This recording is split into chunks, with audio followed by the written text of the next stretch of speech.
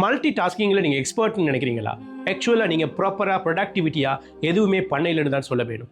Khel Newport அவருடைய deep ஒர்க்னு சொல்லக்கூடிய புக்கில் சொல்கிறாரு, இந்த உலகத்தில் ரொம்ப ரேராக இருக்கக்கூடிய ஸ்கில் தான் டீப் ஒர்க்னு சொல்லக்கூடியது. டிஸ்ட்ராக்ஷன்ஸ் இல்லாமல் ஒரு வேலையில் ஃபோக்கஸ் பண்ணி அந்த வேலையை நல்லபடியாக கம்ப்ளீட் பண்ணக்கூடிய ஸ்கில் ரொம்ப ரேராக இருக்குது அப்படிங்கிறாரு. மல்டி டாஸ்கிங் அப்படிங்கிறது ஒரு மித்.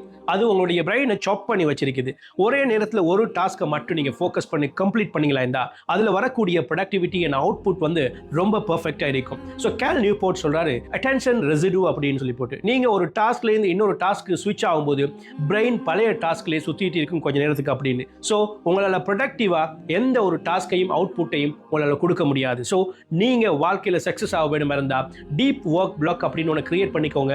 உங்களுடைய நேரத்தில் ஒரு 60 to 90 minutes social media, mobile notification, email notification அப்படின்னு எந்த ஒரு டிஸ்ட்ராக்ஷன் இல்லாமல் அந்த வேலையில் மட்டும் நீங்கள் ஃபோக்கஸ் பண்ணி அந்த வேலையை கம்ப்ளீட் பண்ணீங்களா இருந்தால் அது மிகப்பெரிய ஒரு ப்ரொடக்டிவிட்டியை கிரியேட் பண்ணும். இந்த டீப் ஒர்க் அப்படிங்கிறத ஸ்டார்ட் பண்ணும்போது ரொம்ப கஷ்டமாக இருக்கும். ஏன்னா நம்ம எல்லாருமே இந்த மல்டி டாஸ்கிங் அப்படிங்கிற மித்ல சிக்கிக்கிட்டு இருக்கிறோம். உலகத்தில் சாதிச்ச எல்லாருமே அவங்களுக்குன்னு ஒரு டீப் ஒர்க் பிளாக் வச்சுக்கிறாங்க.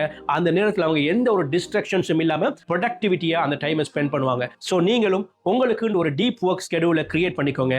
அந்த டைம்ல எந்த ஒரு டிஸ்ட்ராக்ஷன்ஸும் இல்லாமல் குவாலிட்டி அவுட்புட் கொடுக்க ட்ரை பண்ணுங்க. கண்டிப்பா உங்களாலும் இந்த உலகத்தில் மிகச்சிறந்த சக்சஸ்ஃபுல் பர்சனா உங்களை அறிமுகப்படுத்த முடியும்.